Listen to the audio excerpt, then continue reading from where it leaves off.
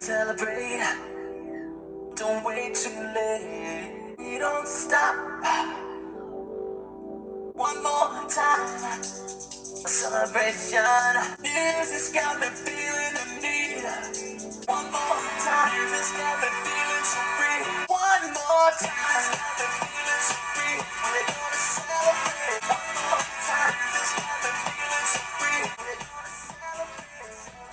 Hey guys, what's up? Welcome back to my channel. Today I'm continuing with my Daft Punk discography journey. We have made it to their second album from 2001 called Discovery. Comparing the stylistic approach to the previous album, Thomas described Discovery as an exploration of song structures and musical forms, whereas Homework was raw electronic music. And he also described Discovery as a reflection of the duo's childhood memories when they listened to music with a more playful and innocent viewpoint. The album is recognized as a concept album and relates strongly to Daft Punk's childhood memories, incorporating their love of cinema and character. Thomas specified that the album deals with the duo's experiences growing up in the decade between 1975 and 1985, rather than it just being a tribute to the music of that period. This was also when the duo adopted robot costumes, claiming they had become robots as a result of an accident in their studio.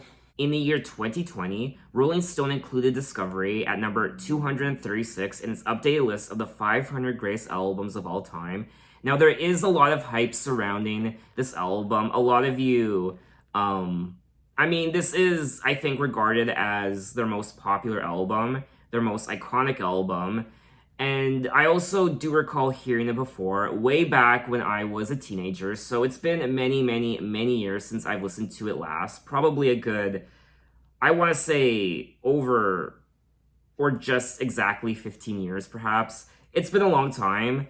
So I don't remember what any of these songs sound like, with the exception of track 1, One More Time. Now, altogether, there are 14 tracks for a total of 1 hour and 1 minute. And we did kick off the video with track 1, One More Time. I mean, so nostalgic, just like for many people out there.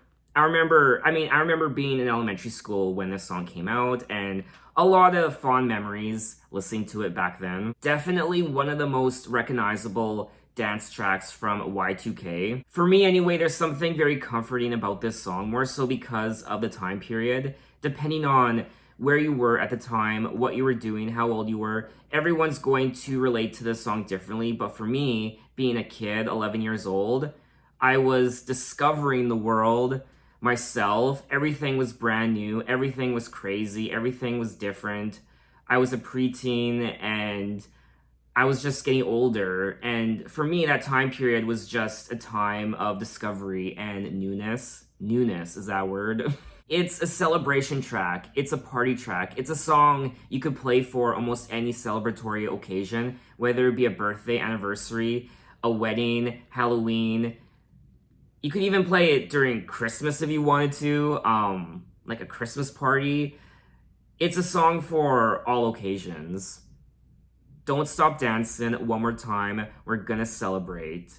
Oh yeah. Alright, don't stop the dancing. Oh god, New Year's Eve, I totally forgot about that. This song must have been mega popular during New Year's of 2000, 2001. Now, One More Time was selected as, of course, the lead single from the album. One More Time really is a big deal. It's regarded as not just one of the best songs of the year back in, I guess, 2001, but it's regarded as one of the greatest songs of the decade, Y2K, and it's also regarded as one of the greatest songs of all time. Some publications even regard it as the greatest dance record of all time. Daft Punk considered One More Time to be the link connecting Homework to Discovery. The song was completed as early as the beginning of 1998, where it remained sitting on a shelf until its eventual release in November of 2000. What I also like about the song is about halfway through, I don't know what to call it, but it slows for a couple minutes. and then towards the end, it picks up again. The album version of the song includes a 2-minute breakdown. Okay, so is that what's called a breakdown? And Thomas remarked that the break is so long, it's not even the break. The song itself is the breakdown. In music, a breakdown is part of a song in which various instruments have solo parts, breaks. Okay, see, that's why I do these videos, to learn something new. The song also features an auto-tuned vocal performance by, Romanthony. Romanthony was an American disc jockey, producer, and singer. He provided the vocals for One More Time and Too Long from Discovery by Daft Punk. Really? I always thought, one of the guys from Daft Punk did the vocals on this track. That's something else I didn't know. Wow, it's only taken me, what, 20 years? Love it, love it, love it. One of my favorite tracks from not just, obviously, Daft Punk, but the entire Y2K decade. Anyway, though, let's move on to track 2, Aerodynamic.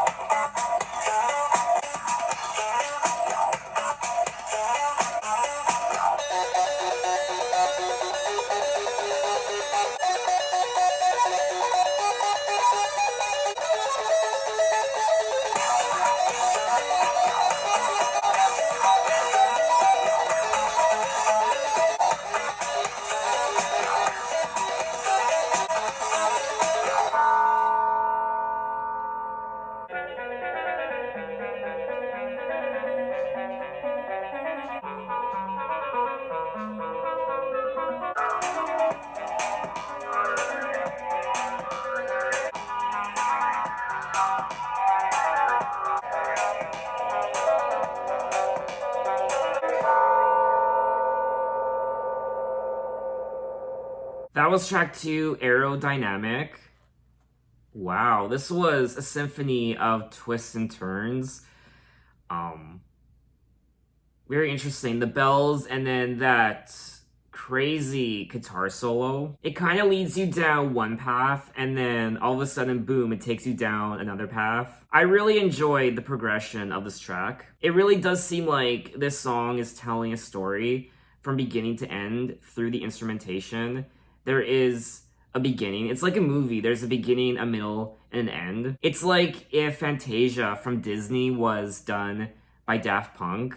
Now that would have been pretty cool if Daft Punk created something like what Disney did with Fantasia. Now, Aerodynamic was selected as the second single from the album. Guy Manuel once described the Discovery album as a mix between the past and the future, and maybe the present. There is a halt in the song for a solo consisting of metallic two-hand tapping on electric guitar, combining the two styles and ending with a separate, spacier electronic segment. Thomas acknowledged that some people might think that the guitar solos on Aerodynamic are in bad taste, but for us, it's all about being true to ourselves and not caring what other people would think. Hallelujah. He also commented that the end of the track is completely Baroque music, a classical composition we put into synthetic form. I thought this track was great. Everything about it, the guitar and the bells, and towards the end, a more chill vibe to the instrumentation. I highly enjoyed it. Anyway, let's move on to track 3, Digital Love.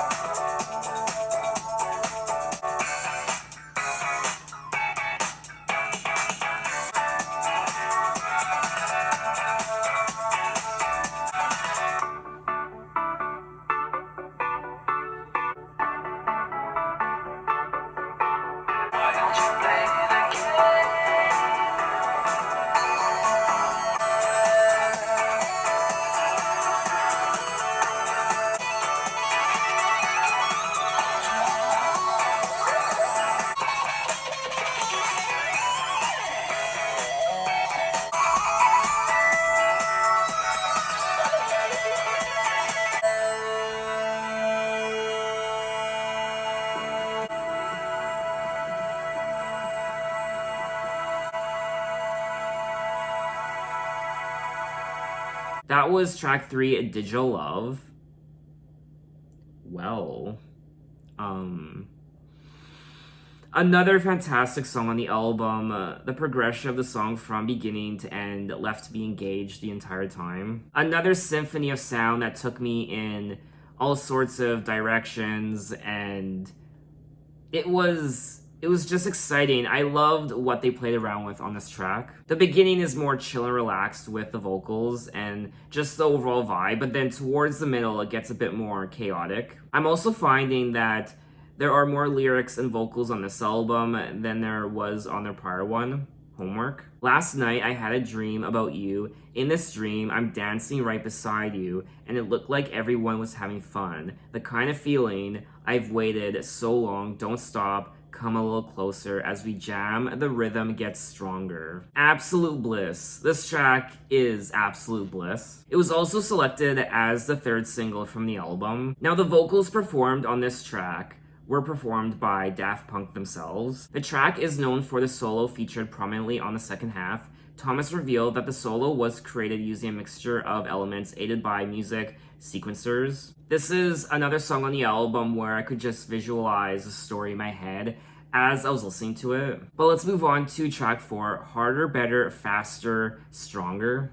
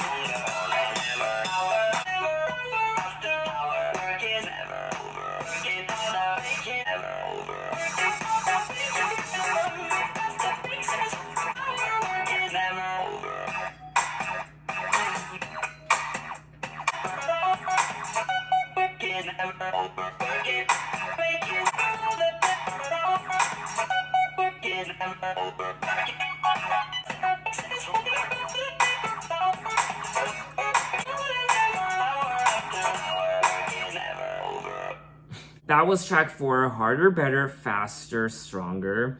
That's what she said. This is just a cool song. That's the best way I can describe it. I like the manipulation of the vocals.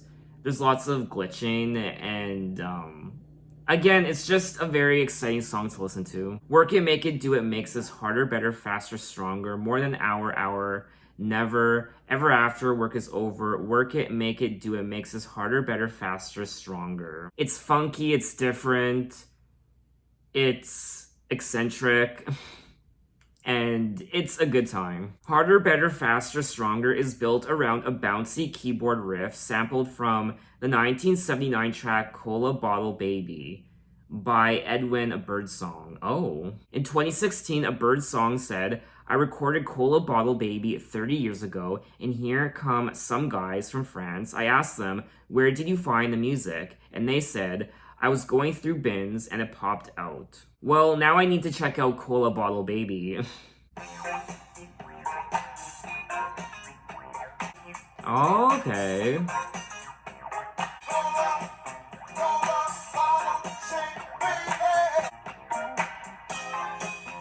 And this was from 1979. Wow. But let's move on to track 5, Crescendos. It's like tickling my eardrums.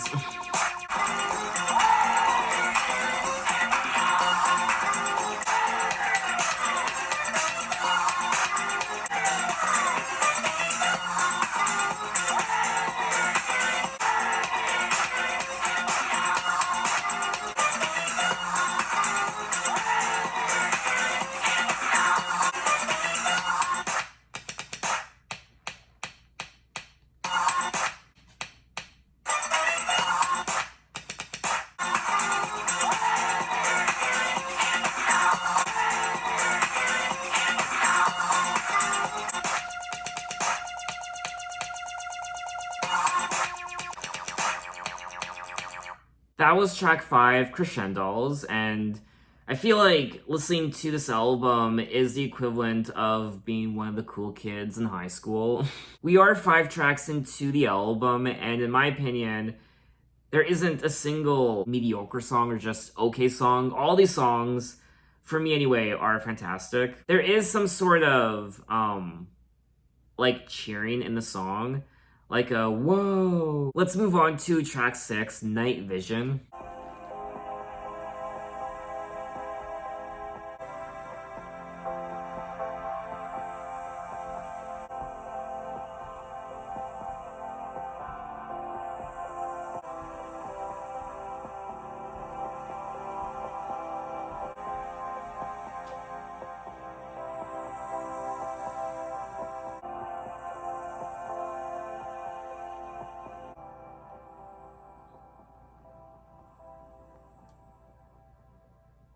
That was track 6, Nightvision. It was quite short. It was just under 2 minutes, and I want to make this my ringtone. Not my ringtone, my alarm sound, whatever you want to call it. What's it called? My wake up alarm, whatever. There's something very therapeutic about it. It's like, it's very spa-like, it's very soothing.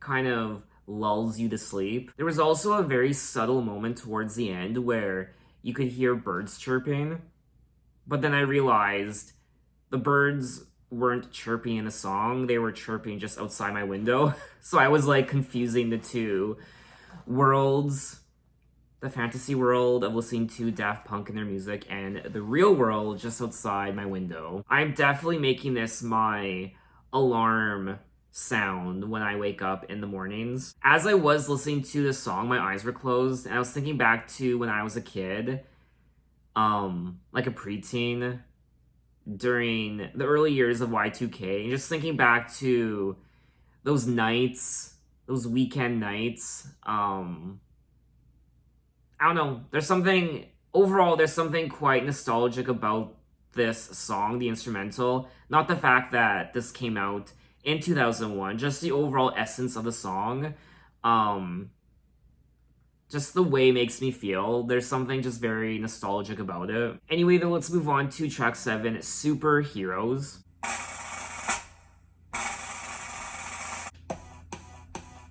Oh my. I love it already.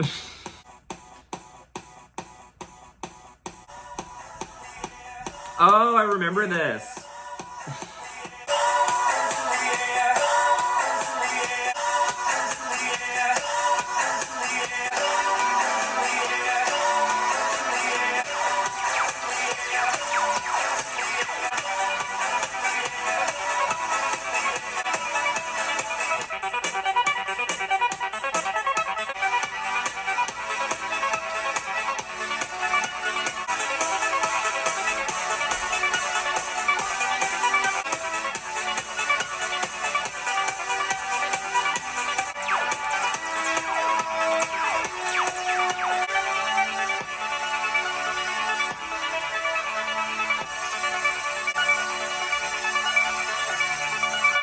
That was track 7, Superheroes.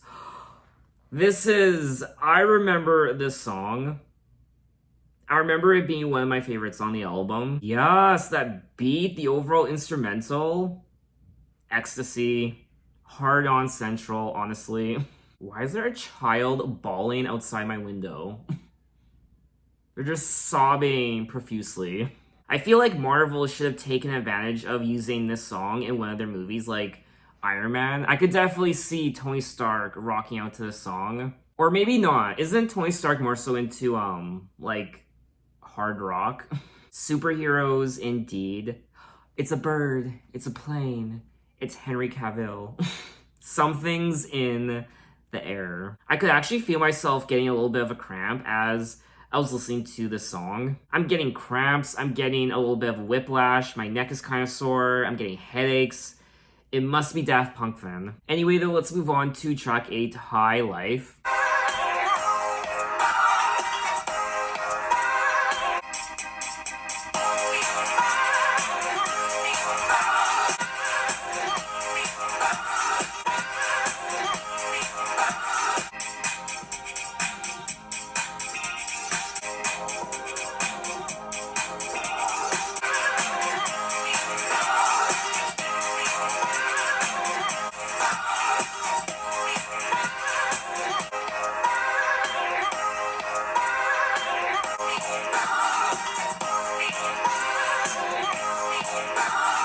That was track 8, High Life, another solid track on the album where there are distorted vocals. I don't really know what they were saying. It's not one of my favorite tracks on the album so far, but I still quite enjoy myself. The song High Life is built over a gibberish vocal sample and contains an organ-like section. But let's move on to track 9, Something About Us.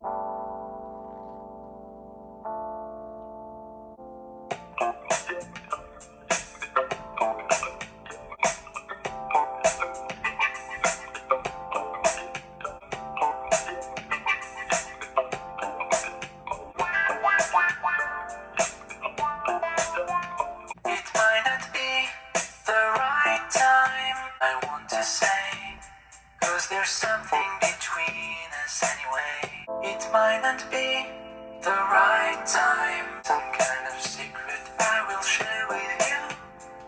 I want you more than anything in my life.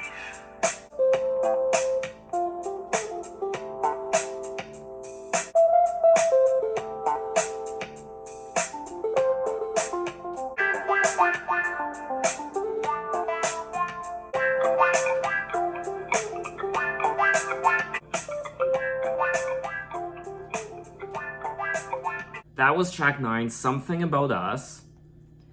And the instrumental on this track was quite chill. It was reminding me of a hot summer day on the beach, just relaxing. The sun is beating down on you and you're parched and you just want to drench yourself in water. That's kind of the feeling I was getting when I was listening to the track. And that's what's nice about these songs. Everyone is going to form their own story when it comes to what they envision when they listen to these tracks. I might not be the right one, but there's something about us I want to say, because there's something between us anyway. I want you more than anything in my life. I'll miss you more than anyone in my life. I love you more than anyone in my life. But let's move on to track 10, Voyager.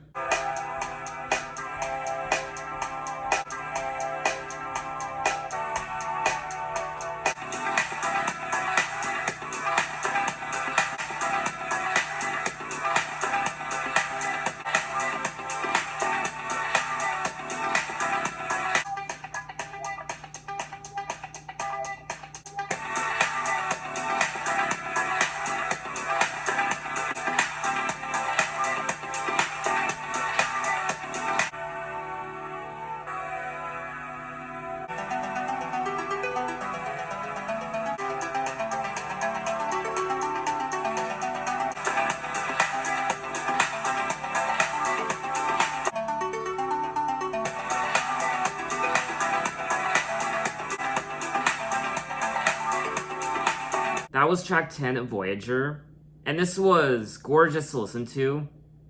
It's not eccentric, it's not wild, it's not as quirky and different as a lot of the other songs. It's more straightforward, I find. There was a production moment on this track that sounded like a harp, which was very soothing and beautiful. It's definitely not one of the more exciting tracks on the album, but it's still a very pleasant experience to hear. But let's move on to track 11, Veridis Quo.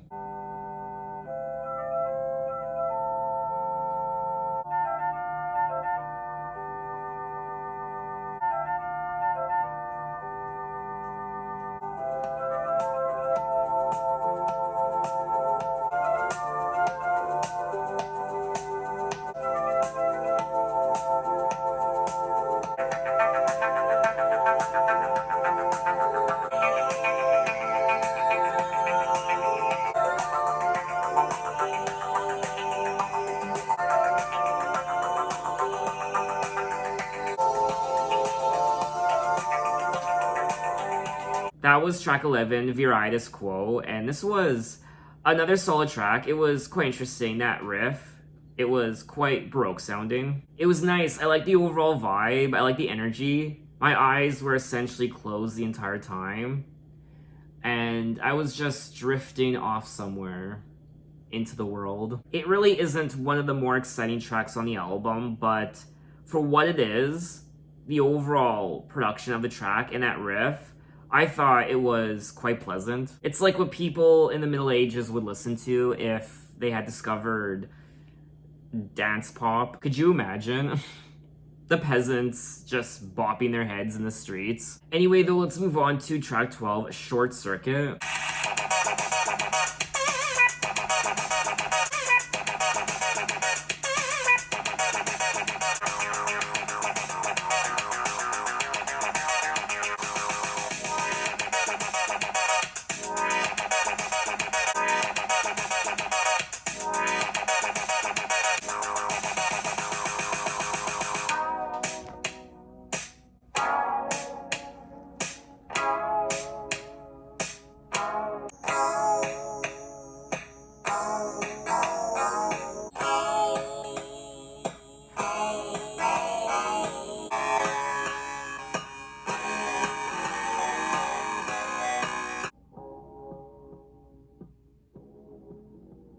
That was track 12, Short Circuit.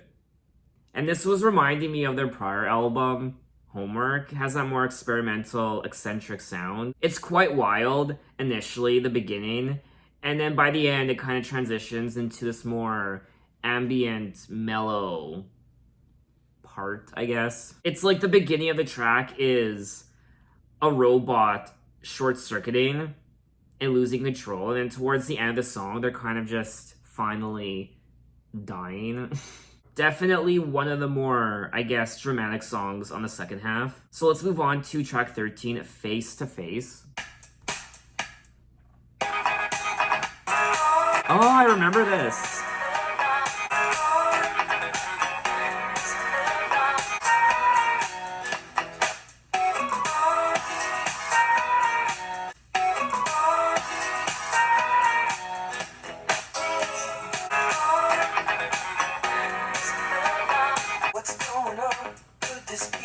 Understanding, all because I hope that you'd be someone different. But the answer is in clear view.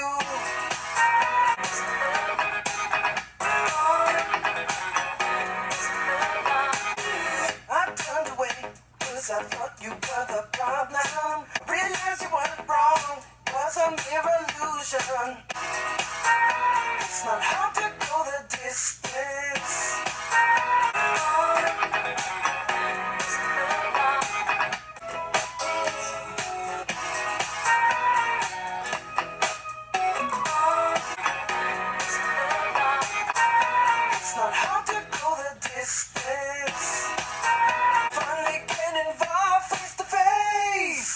That was track 13, Face to Face, and I think this is one of my favorite tracks on, I was gonna say the second half, but maybe even the entire album. It's also one of the few songs on the album that has vocals, and there's a part in the song vocally where, initially, way back in the day, I thought he said, now obviously this isn't what he actually said, but to me it sounded like Mr. Footlong. But I think it's the part where it's supposed to be, it's not your fault, but to me it sounded like Mr. Footlong. What's going on? Could this be my understanding? It's not your fault. I was being too demanding. I must admit, it's my pride that made me distant, all because I hoped that you'd be someone different. There's not much I know about you. Fear will always make you blind, but the answer is in the clear view. It's amazing what you'll find face to face. I will say, out of all the Daft Punk songs I've listened to so far, from their first album and now this album, this track, Face to Face, has the most in-depth lyrics, I guess. In the context of the album, Thomas noted that the preceding track, Short Circuit, represented the act of shutting down, and that Face to Face represents regaining consciousness and facing reality. And when it comes to the vocals on this track, the vocals were from Todd Edwards, one of the producers, which I didn't know at the time. Way back when, I thought Daft Punk sang the vocals on this track. I like this track. I like the beats, I like the funky sound, and I liked the inclusion of the vocals. But we have made it to the end of the album, track 14, Too Long. Too long, takes too long, much too long. I feel it coming on, the feelings in my bones. feel it coming on. The feeling's in my bones.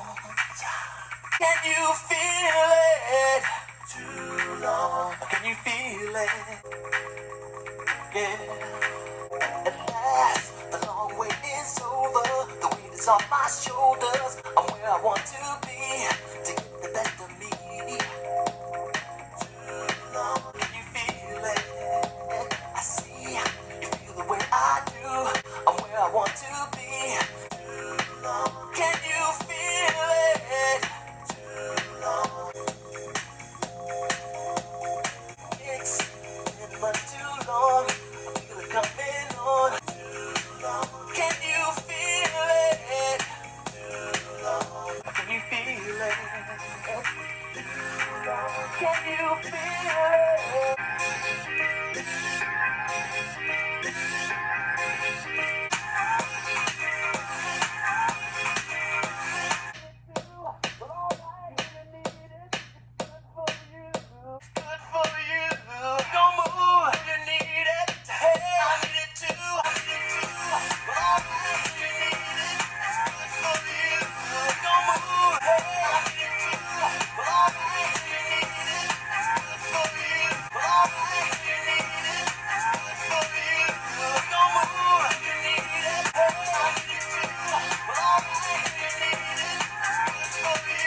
That was track 14, Too Long. Too long indeed.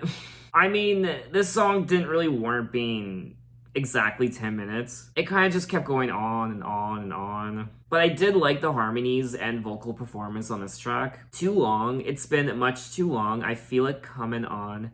I feel it coming. This isn't really a song I would listen to again. More so because of its very long length.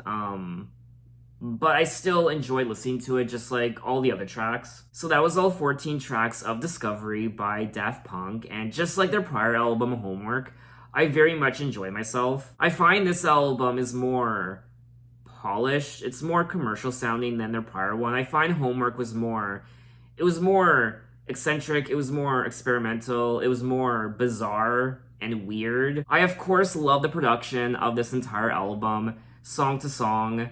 The progression of these tracks from beginning to end were quite interesting, just like their prior album, Homework. A lot of these songs took interesting twists and turns, and they kept me engaged the entire time. They also incorporated various different instruments and genres. There was, of course, there was R&B, there was even Baroque, there was ambient music, guitars and harps. One thing I wasn't expecting was the amount of vocals on this album and lyrics. I do think, personally, the first half of the album packs a bit more punch than the second half. On the second half, in particular, there are a few moments that kind of drag just a little bit. And like I said already, for me anyway, this album is a symphony of sound. It reminds me of Fantasia by Disney. You hear the rhythm, the beats of these songs, and the overall ambience, and you kind of form your own stories in your head. You conjure these images. The album is filled with nostalgia, and I don't just say that because I grew up in the 90s and Y2K.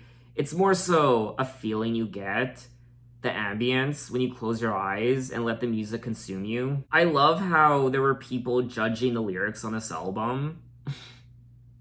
I mean, this album is not about the lyrics at all. The lyrics are what they are. They're not meant to be thought-provoking, cohesive lyrics, really. Part of listening to Daft Punk, for me anyway, is going on your own personal journey spiritually when you close your eyes and hear the beats and melodies and riffs of these songs. And you know what? I don't know, I felt like a cool kid listening to this album. I don't know which one I prefer more, Homework or Discovery. I really don't know. As of right now, I prefer both equally. But just like their prior album, Discovery is exciting, it keeps you on your toes, it keeps you invested the entire time. I was always excited for what was to come next. What would they play around with next on the next track? Where would they take their music next on the second half? And just track by track, it always kept me invested. And I think that's all I have to say on the album. What did you guys think of it, and what are your impressions? Is this your favorite Daft Punk album ever? Or maybe you don't think it's as great as a lot of people make it out to be? So in my next Daft Punk video, I will move on to their third album, Human After All, from 2005. So look out for that video next time, and thanks for watching, guys. You can find me on Twitter, you can find me on Instagram, you can message me, you can say, hey, how are you? And I will see you next time. Take care.